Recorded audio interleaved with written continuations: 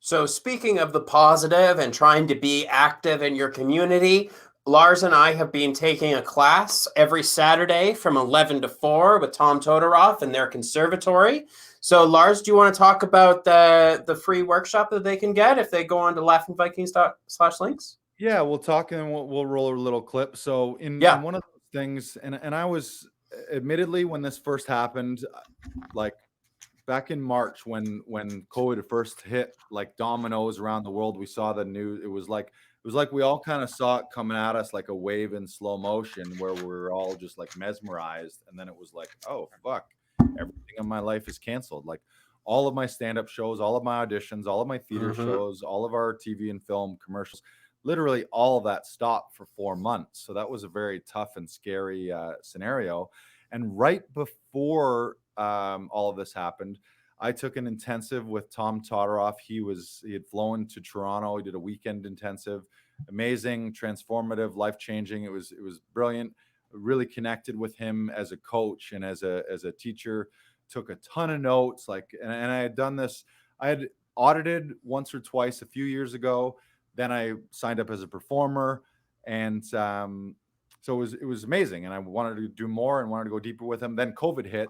Then they started these Zoom workshops, and at first I was like, Zoom. I was like, I'm not going to take acting classes right now. There's no acting. Like the world is shut down. There's no industry. Like what am I like? What kind of fantasy What are land you am I doing? living Yeah. in right now? Like, oh, Yeah. I'm going to go the world's burning, and I'm over here pretending to be an actor. And then what I realized is, hey, like it's not going to stay like this forever. The world is transitioning to Zoom, and I saw what they were doing. So by August, I signed back up with them, and Mm-hmm. I think I missed one Saturday workshop though since August, and it's been like literally life changing. And it's been one of the best parts of my year, not only as an actor, but just as a human, to have a community and a weekly discipline and Yeah. a sort of a weekly commune and just a place to show up. It's like acting church kind of thing where you just, I know like that week, and it's a perfect mix of tangible craft and performance craft and the physics of performance in a framework and in a sort of all-inclusive or all-encompassing sort of framework and technique, mixed with the work ethos and sort of I don't know what you call it, like not life coaching, but a little bit of I guess mindset might be Yeah. where you put it. Mindset, confidence Yeah, building. mindset, confidence building, Yeah. building the attitude of taking big swings and Mm-hmm. fighting for what you want and going after what you want. So it's been a highlight of my year, and in a year where I spent less time on stage and less time on set than ever before, I feel more armed and dangerous and more skilled and just I feel like more an actor and a performer than I ever did before.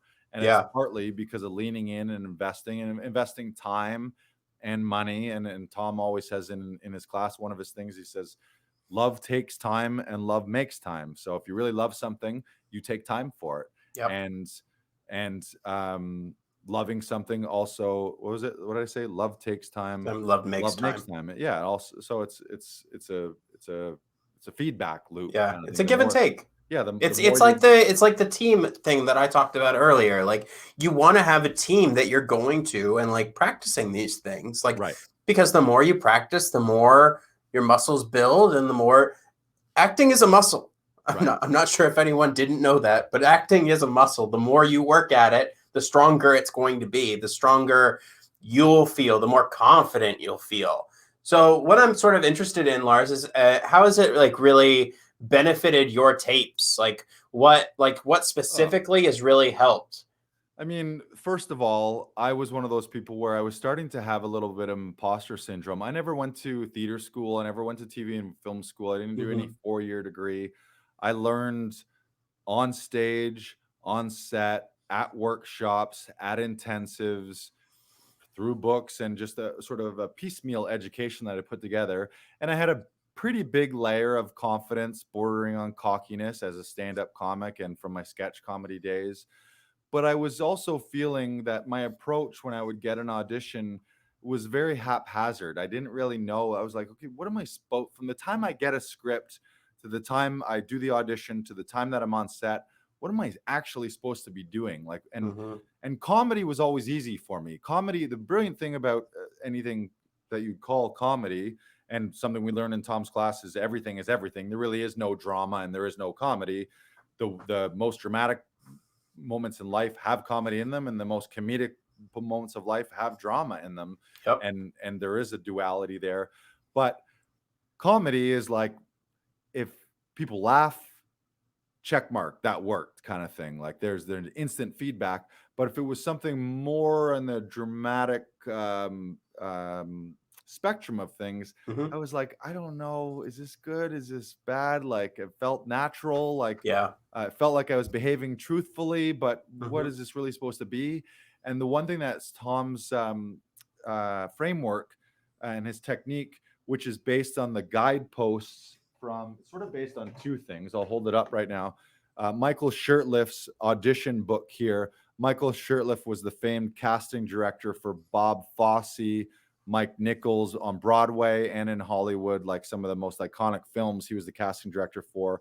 And in this book, there's things called 12 guideposts, which are essentially sort of 12 areas, or sometimes I like to refer to them like 12 dials in storytelling. And then Tom, in his work with Michael, and they worked together a lot, had added three more before Michael Shirtliff died. So Tom's technique is based on 15 guideposts, and then you layer on vocal variation, rate, inflection, pitch and dynamics, and then also something that they call viewpoints, or it would be called blocking, which is time, space, shape, movement, story, emotion. Yep. And then these 15 guideposts. But really what these guideposts are is there are 15 ways that humans and or storytellers carry out a relationship, and 15 ways that you can dial up. If you look at a scene in terms of like a mixer board, and you want to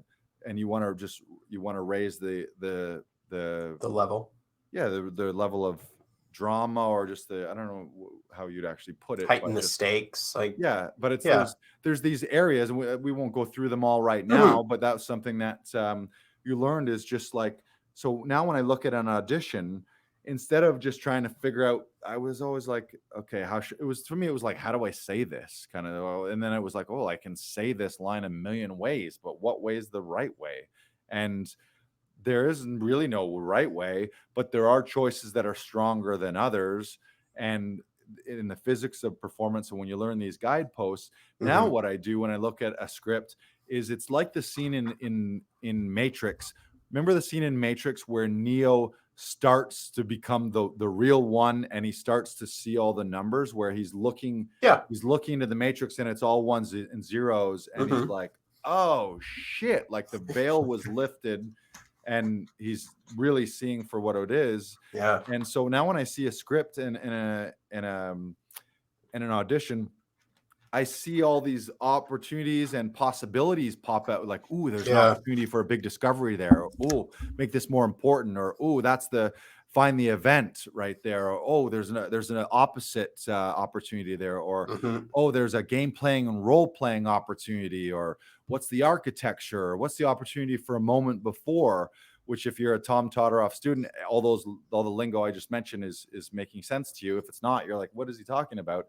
And it's also a language of storytelling and performance that actor to actor and session director or coach to actor or director to actor, learning that language has really helped me communicate in our sessions and help people bring out the best in their auditions, because I can say, like, ooh, that moment right there, make that a discovery. Like, you thought of that in the moment, or even the discovery of just seeing something. Sometimes people just, a scene starts and it's like you open a door and someone's there, but it never reads, versus just, I mean, I'm that's exaggerating great. A little bit right there, but just but that's still a great opening. That's a discovery right there. Or another fun one is game playing and role playing. And just to give you the example, there is anytime in the script, you as the character, if it's like if you're referring to what someone else said in real life, what we do is we take on either the physics of that person physically, or we take on the voice, like, oh, never mind Nancy, Nancy, like, hurry up, your break's over, like, you know what I mean, like, you might Yeah. like, so that game playing and role playing, all these little things were all these little opportunities. I knew some of them, you sort of know some of them instinctually, but putting it into a system was the biggest thing for me.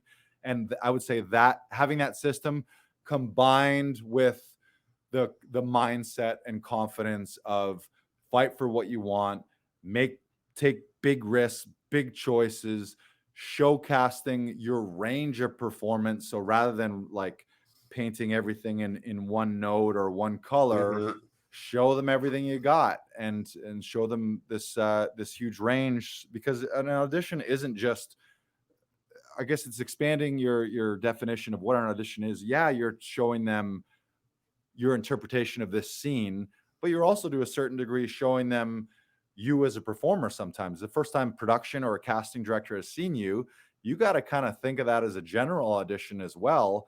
And if we don't know that you can be big and loud, we don't know that you can be funny, we don't know that you got this little voice, we don't know that you can sing, we don't know that you're a dancer and you can move really smoothly, No. we don't know those things. So we No. don't know that you have all these creative choices. And if you show all that, even if it's not right, people get trapped in this audition thing. Oh, like, oh, will they I'm like not it? sure Or I that's don't what they think, I'm not want. sure it's not what it's about. Yeah. It's about bringing you truthfully. Obviously, you got to serve the text and you got to serve the story. So first and foremost is about the story. Mhm. Um, And and you are a storyteller. You're not right, trying to be the best actor there is. You're trying right. to tell the best story possible. Right, right. You're a storyteller. So, but the thing is, you're you. So you're the storyteller, but you're also you. So you get to tell it the way you want to do it, with all Mhm. your beautiful idiosyncrasies and your unique things. And that's the thing. Everyone's silver bullet is themselves. You want to know how to stand out. You do the things, do your most creative ideas that best represent who you are as a unique human individual, which is also why growing as an actor also means growing as a human, because you can learn all these skills or have these new experiences, travel, meet new people, read new things, and all of a sudden you have this real life experience that informs your acting choices.